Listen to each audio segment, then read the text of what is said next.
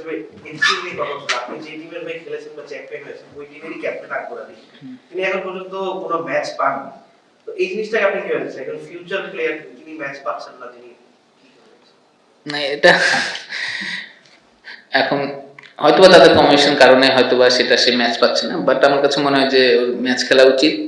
এখন আপনি যদি দেখেন টিমে তো 11 জন খেলবে আর কি, আপনি এখন হয়তোবা ওর জায়গায় অন্য কেউ খেলতেছে, বাট এটা নিয়ে আমি আসলে কিছু বলার নেই, বাট ও খেলা উচিত আর কি, শুধু এতটুকু। আমাদের আসলে ফিনিশার আছে নাকি জোর করে ফিনিশার বানানো হচ্ছে? না ফিনিশার আছে না, কত ফিনিশার আছে ন্যাশনাল টিমে। আর আমাদের তো যতটুকু জানি যে 20 বছরের পাইপলাইন নাকি প্লেয়ার আছে পাইপলাইনের। ও আচ্ছা, আচ্ছা ভাই, আপনাকে বাংলাদেশের প্রথম ফিনিশার তকমাটা দেওয়া হয়, আপনার পর রিয়াদ ভাই এই রোলটা প্লে করেছেন খুব ভালোভাবে। আপনাদের রোলটা খুব স্পেসিফিক থাকে, 10-15 বল খেলবেন, 20-30 রান করে চলে আসবেন। রিসেন্টলি জাকের আলীর এই রোলটা ছিল বলা যায়, যদি বলতে হয় সে ওই জায়গায় একটা ভালো খেলেছে, একটা 7-9 পর্যন্ত, তারপর সে ডেলিভার করতে পারেনি 8-10টা ম্যাচ। তো আপনার ক্ষেত্রে কি মেসেজটা কি থাকবে, মানে এই যে স্পেসিফিক রোলে এত অল্প মার্জিনে এতগুলো রান করতে, এই জিনিসটা ডেসক্রাইবটা আপনি কিভাবে করবেন? আপনি যদি দেখেন ওভারঅল, আপনি যদি চিন্তা করে দেখেন, আমরা প্রিমিয়ার লিগের কথাই বলি, যারা প্রিমিয়ার লিগের টপ অর্ডারে রান করে, ধরেন হাইস্ট রান ধরেন 800-900 রান করে, ওরা কিন্তু এসে দেখা যাচ্ছে অনেক প্লেয়ার 6 নম্বরে ব্যাটিং করতেছে।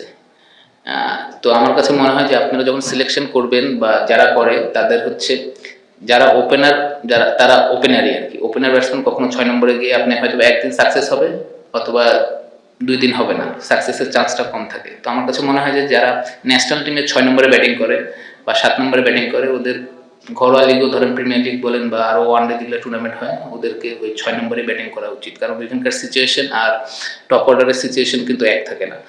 তো যে জিনিসটা আমি ফিল করি, কারণ আপনি যদি 6 নম্বরে ব্যাটিং করেন অনেক সময় রান লাগে 7 করে 8 করে 9 করে, এটা এতটা ইজি না। এই তো সেই হিসেবে কি ভাই আপনার আপনি এবার রংপুরের যে চ্যাম্পিয়নশিপটাতে সেটা খুব এফেক্টিভ একটা রোল প্লে করছেন। রংপুরের ফুটবল টিমটা তো আপনি বেশ এফেক্টিভ, লাস্ট 2-3টা বছরও বেশ ভালো করছেন। লাভ নাই তো ভাই, তখন কেউ নেয় না দিতে। সেটাই বলছি, মানে বাংলাদেশে খুব রেয়ার যে ক্যারিয়ার লেটার পার্টে এসে যখন খুব একটা কিছু থাকে না, তখন ভালো পারফর্ম করে না, তেমন একটা দেখা যায় খুব রেয়ার। এটা আপনার ক্ষেত্রে মোটিভেশনটা কি কাজ করে? লেটার পার্ট বলবো না আমি, কারণ আমি আল্লাহর রহমতে যদি সুস্থ থাকি এখনো হয়তো বা 5-6 বছর খেলতে পারবো। তো তো আমি বলবো যে আমি সবসময় ভালো খেলার চেষ্টা করি এবং আল্লাহর রহমতে আমার যেটা জ্ঞান আছে বুদ্ধি আছে সেইভাবে খেলার চেষ্টা করি এবং উইকেটটা রিড করে বোলিং করার চেষ্টা করি, উইকেটটা রিড করে ব্যাটিং করার চেষ্টা করি। তো এটাই আর কি বলবো ভাইয়া। বলেন যে বিপিএল এ ন্যাশনাল লিগের ক্রিকেটারদের প্রায়োরিটিটা বেশি দেওয়া হয়, যেহেতু এটা একটা টুর্নামেন্ট, টুর্নামেন্ট, এখানে আরো অনেক প্লেয়ার থাকে, মানে এটা কি আসলে এই যে প্রায়োরিটি দেওয়া ন্যাশনাল টিমকে, এটা কি অন্য প্লেয়ারদের সাথে অন্যায় কিংবা টিমের স্ট্র্যাটেজিতেও কি প্রবলেম ক্রিয়েট করে না? না অন্যায় আমি সেটা বলবো না, ওরা আমাদের চেয়ে বেটার বলেই তো ওরা ন্যাশনাল টিমে আছে।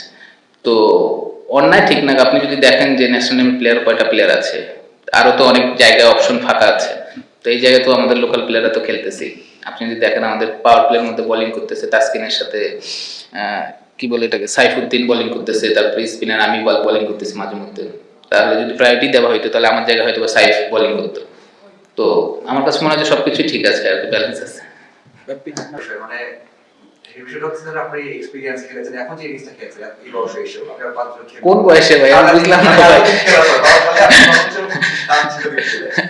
14 বছর পরে আর বলছেন 5 বছর খেলে, যারা এখন ইয়াংস্টার আছে আপনার টিমেও আছে বাইরে আছে, তাদের মধ্যে মানে ওই সেন্সটা মানে কতটা মানে একটা ইন্টারভিউ বলেছিল যে বাংলাদেশ ক্রিকেটার বেশি সেন্স ইউজ করে না, মানে এখন যারা।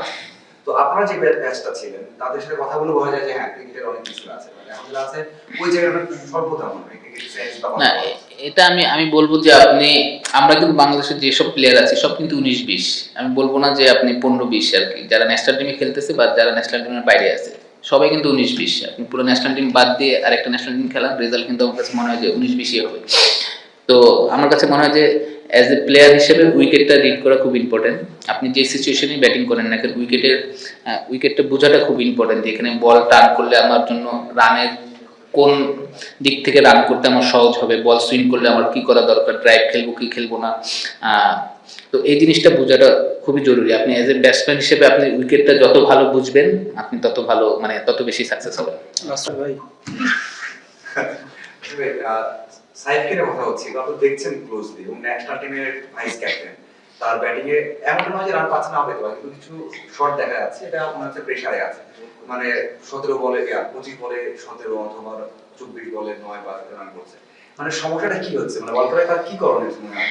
না, সমস্যা নিয়ে আমি তো আর কথা বলতে পারবো না টেকনিক্যালি, বাট আমার কাছে মনে হয় যে ওর একটা ফ্লো দরকার।